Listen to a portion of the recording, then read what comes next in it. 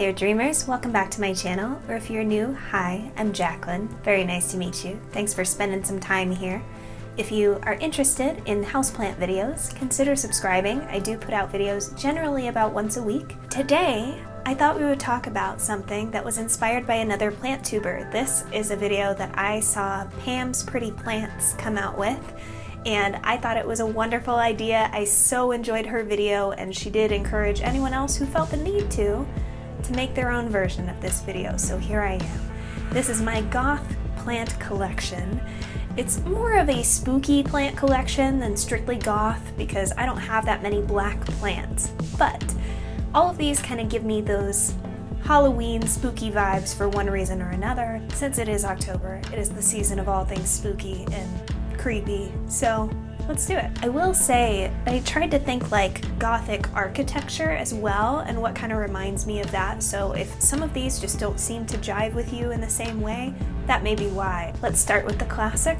This is my Raven ZZ. I probably should have cleaned it before talking to you about it, just because, you know, it's a black plant, it's probably real dusty. It is not only beautiful and gothic, but it's very easy to care for. I talked about ZZs in my last video. This is just so gorgeous. I actually talked about this in a mishap video as well, because I ordered this online in winter when I didn't know to also order a heat pack. I bought this off Amazon, it arrived frozen, it was a whole thing. I'm happy to report that this has put off 3 new shoots since that whole debacle, and the new growth on this plant is beautiful because it comes in lime green and slowly fades to black. This plant is more of the Gothic architecture inspired, and this is an Alocasia Maharani. This I bought from Gabriella Plants, maybe in the spring. And this arrived with just a few tiny leaves. It had 3, I want to say. These are 2 of them. And now they're almost as big as my head. This is the latest leaf. It's a little more on the pointy side than the others have been thus far. But it's starting to develop the sinus at the top, and I just love it. It does have a hole in it. I'm not sure why. I've checked for pests. I don't see anything. I did just chop off 2 of its flowers just because they were very short-lived. I just love because not only is it this deep gray and kind of a leathery texture, it doesn't even feel real. It also has these gorgeous dark undersides to the leaves. Oh, there you go. You can see it right there. That's so veiny and so intricate. I have a hard time picking which side is my preference on this plant, whether it's the underside of the leaf or the top. Definitely gives me some goth vibes. This little guy is mostly red, but also has some black. This is a Peperomia Piccolo Banda. I think of this one as a goth plant as well, just because, dead leaf, real life. This is just so cool. It has this like spider web type design between the stripes on the leaves. I'm really not great at descriptive words today, it's just not my thing. I just adore how petite this is. It's just little black floaty guys, and I love the wiggle. Some people are big on that with their plants, some people are not. I think it's adorable. Fan turns on, how your leaves move. I definitely care about that. You probably saw it in my Peperomia collection video. If you have not, and you are interested in that, I will link it for you over here. This next one is a part of the goth plant collection simply because I've been giving mine a lot more light recently. It's been sitting under a grow light next to my Hoyas, and it's really enjoying it, and it's got this kind of sun-stressed color that just makes it look kind of spooky to me. This is a Pilea Mollis, or a Moon Valley friendship plant.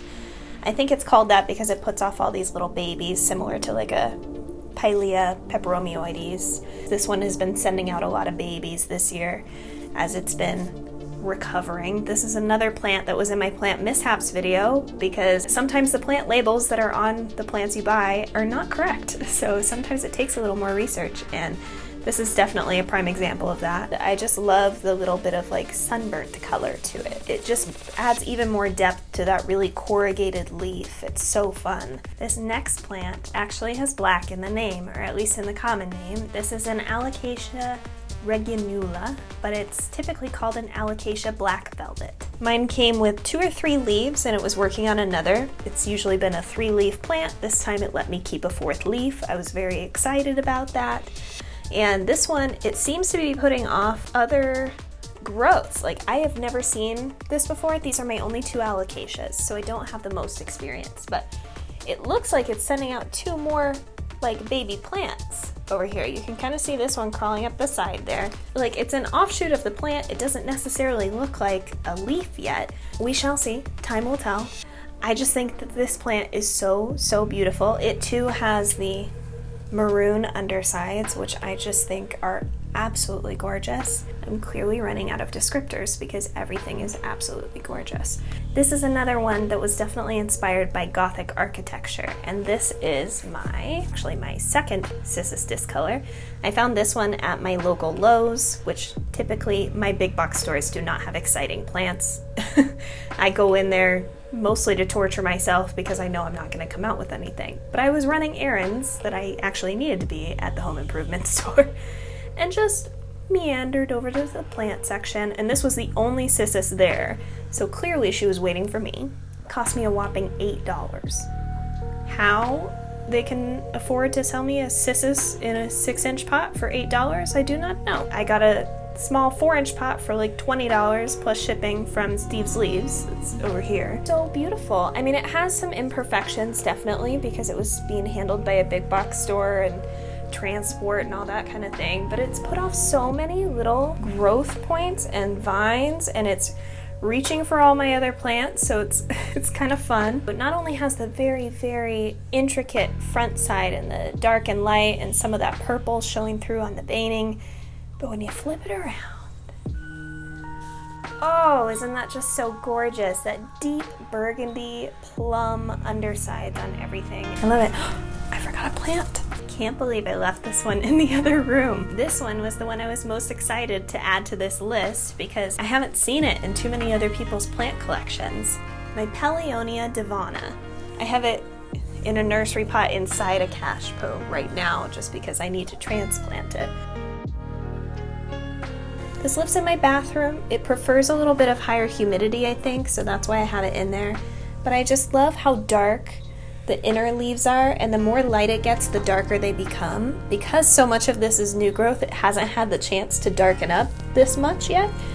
It's just been growing so actively, but I love this plant. It definitely gives me those kind of Gothic vibes because not only is it black, but it looks like lace on these leaves. I just can't get enough. I love having this in my bathroom because I get to see it multiple times a day. Thank you so much for watching. If you enjoyed this goth plant collection, let me know by leaving it a like down below. I would love to have you back here for more videos, and I hope you're having a wonderful day or evening wherever you are. I'll see you in my next video. Bye.